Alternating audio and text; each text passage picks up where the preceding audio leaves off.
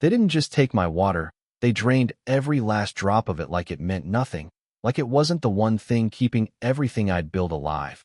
And the worst part is, they thought they were completely in the right. By the time I got back home, the damage was already done, and standing there looking at that empty tank, I realized real quick, this wasn't going to end with a polite conversation. I've been working that land out in Dry Creek County for close to 12 years now. 60 acres of stubborn ground that fights you for every inch. The kind of place where nothing grows unless you earn it and nothing survives unless you plan ahead. My name's Caleb Turner, and I didn't inherit that ranch or win it in some lucky deal. I scraped together everything I had, worked construction jobs, hauled feed for other folks, slept in my truck more nights than I care to admit, just to finally put a down payment on that land.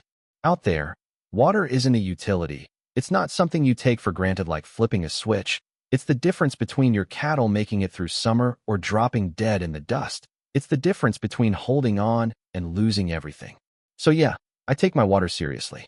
On the north end of my property, I had a 15,000-gallon tank hooked up to a well I paid to drill myself. Cost me more than my first truck and twice the stress, but it was solid, dependable mine. That tank fed everything, the cattle troughs, the small patch of crops I rotated each season, even a couple neighboring ranchers I'd help out now and then when things got rough. Not because I had to, but because out here, you look out for each other. At least, that's how it used to be. Now about a year before all this happened, that new subdivision popped up just east of my land. Used to be open scrub and mesquite. Nothing special. Then overnight it turned into rows of pastel houses with neat little fences and lawns that had no business being that green in a place like this. Folks from the city mostly, retirees, remote workers, people who wanted the country feel without understanding what country actually means. They had themselves an HOA too, of course they did. And at the center of it all was this woman named Denise Holbrook, always dressed like she was about to attend a garden party even when she was standing in the middle of dust and wind. First time she came out to see me, she was all smiles, polite as can be, talking about community cooperation and shared safety. And I'll admit, I didn't see any harm in what she was asking at the time. She wanted permission to run a narrow emergency line from my system, strictly for fire situations, said it would only ever be used if there was a wildfire threat and they needed backup water pressure. I thought about it, asked a few questions, made it clear it wasn't for daily use, and she gave me her word. Handshake deal. No paperwork, just trust. That was my first mistake. Fast forward to the week, everything went sideways. I had to head out to Amarillo for a cattle auction. Figured I'd be gone about 7 days, maybe 8 if things ran long. Before I left, I did what I always do. Checked the pump, checked the lines, looked at that tank sitting full under the morning sun, and felt that quiet kind of reassurance you get when things are finally running the way they should. Everything was in order, nothing out of place. When I came back, it was late afternoon, sky turning that dusty orange color, and I remember thinking how still everything felt. No wind, no movement, just off. I walked over to the tank out of habit, glanced at the gauge, and for a second my brain didn't even register what I was seeing. It was sitting all the way at 0. Bone dry. I stood there longer than I'd like to admit, just staring at it, trying to make sense of something that didn't make any sense. 15,000 gallons doesn't just disappear. My first thought was a rupture somewhere underground. Maybe a pipe burst while I was gone. Maybe the pump ran nonstop. But even then, I would have seen signs. Wet ground, erosion, something. There was nothing. And then I noticed the dirt. Fresh, loose, a long scar cut across the edge of my property like someone had dragged a blade straight through it. I followed it, slow at first, then faster as that feeling in my gut started tightening. And sure enough, that trench led straight toward the subdivision. At the end of it, clear as day, was a brand new PVC pipe, bright white, clean edges, not something that had been there long. And it wasn't just sitting there either, it was connected, running directly into their irrigation system. For a second, I just let out this short laugh, the kind that comes out when something's so ridiculous you almost think it's a joke. But it wasn't a joke, not even close. They hadn't asked. They hadn't called. They hadn't even tried to hide it. They had tapped straight into my water like it belonged to them. And as if that wasn't enough, when I got back to the house, there was an envelope sitting in my mailbox, no stamp, just my name written neat across the front. I opened it right there on the porch, already knowing I wasn't gonna like what I read, and I was right. It said, "For the benefit of the community, we have connected to your water supply to ensure landscaping remains healthy and drought compliant. We appreciate your cooperation." I read that line twice. Appreciate your cooperation, like I'd had any say in it at all. That was the moment the confusion burned off and something else took its place, something a whole lot sharper. Because they didn't just take water. They took advantage, and they figured I wouldn't do a damn thing about it. They were wrong. Now I'll be honest with you. I was mad. Yeah, but it wasn't the kind of loud, yelling kind of anger people expect. It was quieter than that, heavier, the kind that settles in your chest and just sits there, steady, focused, like your brain flips a switch and says, "All right, we're gonna handle this properly." Because out where I live, losing your temper doesn't fix problems, thinking does. So the first thing I did wasn't march over there or start tearing up pipes, even though part of me wanted to do exactly that. Instead, I went inside, poured myself a cup of coffee that had gone cold hours ago, and started making calls. I got a hold of a buddy of mine, Marcus Hale, works over at the county water board. Guy knows regulations better than anyone I've ever met, and I laid it all out for him. The tank, the trench, the pipe, the letter, all of it. There was a pause on the other end. Then he let out this low whistle and said, "Caleb, tell me you're kidding." I told him I wasn't. He pulled up the records while I was still on the line, and within a few minutes he gave me exactly what I needed to hear. That well was drilled on private land, registered under my name, not tied into any municipal system, not regulated beyond basic safety compliance. In plain terms, that water was mine. Every gallon of it. Nobody had any right to touch it without my permission, handshake deal or not, especially not like this.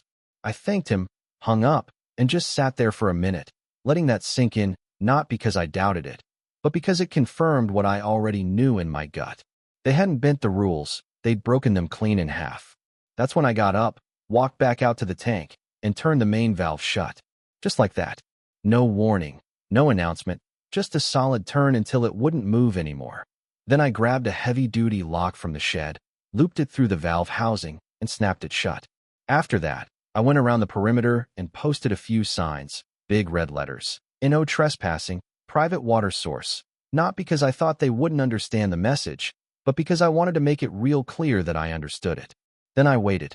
Didn't take long. Next morning, my phone started ringing before I'd even finished feeding the cattle, number I didn't recognize, but I answered anyway. Woman on the other end, tight voice, controlled, introduced herself as Linda from the HOA office. She went straight to the point, said there seemed to be an interruption in the water supply, and asked when I planned on restoring service. Restoring service. I leaned against the fence, watching one of my steers nudge at an empty trough, and said, real calm, "Ma'am, I don't provide a service. That's my private well you're talking about." There was a pause, then she shifted tone, a little sharper now, said the community was relying on that water and that shutting it off without notice was irresponsible. That word stuck with me, irresponsible. I told her, what's irresponsible is digging into someone else's property and hooking up without permission. If you've got a contract that says otherwise, feel free to send it my way. She didn't have one. Of course she didn't. Call ended shortly after that, but it didn't stop there. Over the next few hours, my phone lit up like a Christmas tree. Residents complaining their sprinklers weren't working, someone saying their garden was already wilting. Even a lawyer left me a voicemail throwing around words like shared resource and community easement, trying to sound official without actually saying anything concrete. I didn't call any of them back. Around midday, I decided to take a drive into town, needed feed anyway, and I figured I'd see how things were playing out on their side. As I passed the edge of the subdivision, it didn't take long to notice the change. Lawns already losing that deep green, patches of dry creeping in, sprinklers silent. A couple folks were out front of their houses, hoses in hand, but there wasn't much coming through. I didn't stop, just kept driving. At the feed store, Old Man Jenkins was behind the counter, been running that place longer than I've been alive, and he gave me this look the second I walked in, half curious, half amused. "Heard you got yourself in a bit of a situation with those new folks," he said, sliding a bag of grain across the counter. I shrugged, kept it simple. They helped themselves to something that wasn't theirs. He chuckled, slow and knowing. "City people. Always think rules bend different for him. Then he leaned in a bit, lowered his voice. You planning on letting it slide? I shook my head. Not this time. He nodded like that was exactly what he expected to hear. By the time I got back to the ranch, there was a car parked out front I didn't recognize, clean, polished, completely out of place in the dust. And standing next to it was Denise Hallbrook herself. Same sun hat, same clipboard, but the smile from before was gone, replaced with something tighter, more impatient. She didn't wait for me to get out of the truck before she started in. Mr. Turner, we need to talk, she said, voice sharp but controlled, like she was used to being listened to. I closed the door, took my time walking up to her, and said, funny, didn't seem like you needed to talk when you decided to dig into my line. Her jaw tightened at that, but she pushed forward anyway. What you've done, shutting off the water, is affecting dozens of families. We had an understanding. I cut her off, not raising my voice, just firm. We had an understanding about emergency use. Fires, not flower beds and front lawns. She waved that off like it was a minor detail. The drought conditions have made it necessary to maintain landscaping to prevent soil erosion and comply with community standards. I couldn't help it. I actually laughed a little at that. So let me get this straight. You figured the best way to handle a drought was to drain someone else's water to keep your grass pretty? That hit a nerve. Her tone shifted, less polite now, more demanding. You don't have the right to cut off access like that. This affects property values, safety. I stepped a little closer, not aggressive, just enough to make sure she understood I wasn't backing down. What I have is a well on my land that I paid for. What you did, that's called theft. For a second, neither of us said anything. Wind picked up just enough to stir the dust around our boots, and I could see it in her face. She wasn't used to being challenged like this. Then she straightened up, chin lifted, and said, if that's how you want to handle it, we'll pursue legal action. I nodded, almost like I'd been expecting her to say exactly that. You're welcome to try. She held my gaze for a moment longer, then turned, heels digging slightly into the dirt as she walked back to her car. Before she got in, she looked over her shoulder and added, this isn't over. I watched her drive off, dust trailing behind her, and just stood there for a bit, hands on my hips, thinking about everything that had led up to that moment. The handshake deal, the trust, the assumption that people would do the right thing if you gave them the chance. Yeah, that part was on me. But what came next, that was going to be on them. Because they still thought this was a negotiation. And I was just getting started. The thing about people like Denise, they rely on pressure. Not facts, not fairness, pressure. They figure if they push hard enough, throw around enough legal words, make enough noise, you'll fold just to make the problem go away. And for a lot of folks, that works. I'm not a lot of folks. That night, I sat at my kitchen table with a legal pad, going over everything again, not because I didn't know what I wanted to do, but because I wanted to do it right. There's a difference between reacting and making a move that sticks. First thing the next morning, I drove down to the county office and filed a formal complaint. Theft of resources, property damage, unauthorized excavation. I had photos of the trench, measurements of the line they ran, even drone footage I'd taken the evening before that showed exactly where their pipe crossed onto my land and tied into their system. Clean, clear, undeniable. The deputy I spoke to, a guy named Rios, looked it all over, shook his head slow, and said, they actually thought they'd get away with this? I told him I figured they weren't used to being told no. He gave a small grin at that and said, well, they're about to learn. But I didn't stop there. Because this wasn't just about me anymore. This had turned into something bigger, something that people around here understand real well, respect. You don't take from someone who built what they have out of nothing, not out here. So I sent that drone footage over to a local news station in Amarillo. Didn't expect much. Figured maybe it'd get a mention if I was lucky. Turns out, I underestimated how fast a story like that spreads when it hits the right nerve. By that evening, my phone was ringing again, but this time it wasn't complaints. It was reporters. They wanted details, interviews, background, and I kept it simple, stuck to the facts, didn't exaggerate, didn't need to. A private landowner comes home to find his water supply drained and rerouted to a nearby subdivision without permission. That story tells itself. Within 24 hours, it was everywhere in the county. And just like that, the pressure shifted. Day 3 without water, you could see it plain as day. I drove past the subdivision again, slower this time, and it looked completely different from the week before. Lawns that had been bright green were fading fast, patches of yellow spreading like bruises, flower beds drooping, soil cracking in places where it had been kept artificially soft. Sprinkler heads sat useless, tilted in dry dirt. But what stood out more than the grass was the people. Clusters of residents standing on sidewalks, talking, arguing, some pointing toward the HOA office, others just shaking their heads. I even had a couple folks recognize my truck as I passed, and one man stepped up to the curb, raised a hand like he wanted me to stop. I hesitated for a second, then pulled over. He came up slow, maybe mid-40s, looked tired more than anything. "You Caleb?" he asked. "Yeah." He nodded, rubbed the back of his neck. "Name's Eric. Listen, I just want to say, I had no idea they did that. None of us did. They told us the water hookup was approved, temporary, part of some agreement." I studied him for a second, and the thing is, I believed him. Most of them probably didn't know. They trusted the people running things, same way I had, once. He let out a breath, glanced back at the houses. "Folks are pretty upset. Not at you, at them. They crossed a line." I gave a small nod. "Yeah, they did." That wasn't the only conversation like that either. Over the next couple days, I heard it again and again. People frustrated, embarrassed even, realizing they'd been benefiting from something that wasn't theirs. And the more the story spread, the harder it got for the HOA to keep control of the narrative. By the end of the week, they broke. Denise came back out to the ranch, but this time, she didn't come alone.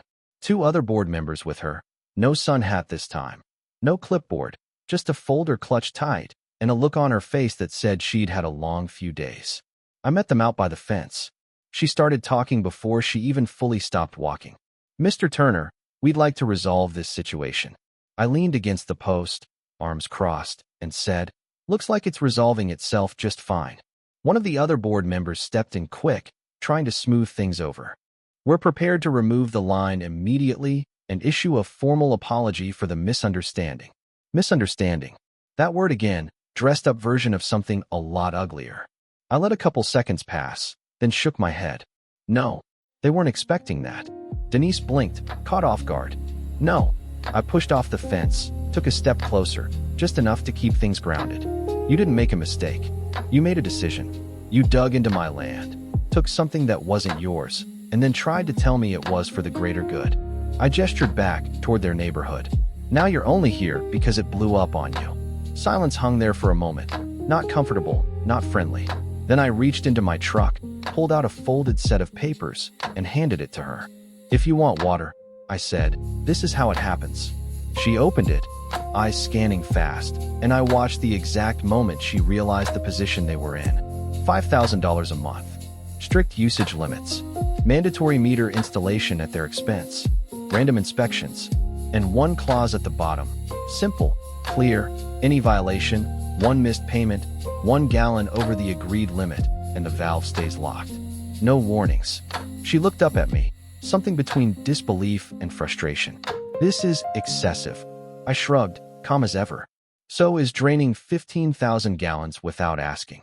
The other 2 board members leaned in, whispering between themselves, tension written all over their faces. They knew it. Maybe Denise didn't want to admit it yet, but they knew. They didn't have leverage anymore. No legal footing, no public support, no control of the situation. Just a choice. Walk away and deal with the fallout from their residence. Or sign and pay for what they took. It didn't take long. Denise exhaled slow, like she was swallowing something bitter, then reached into her folder, pulled out a pen, and signed. No speech. No argument. Just a signature. The others followed. And just like that, the situation changed.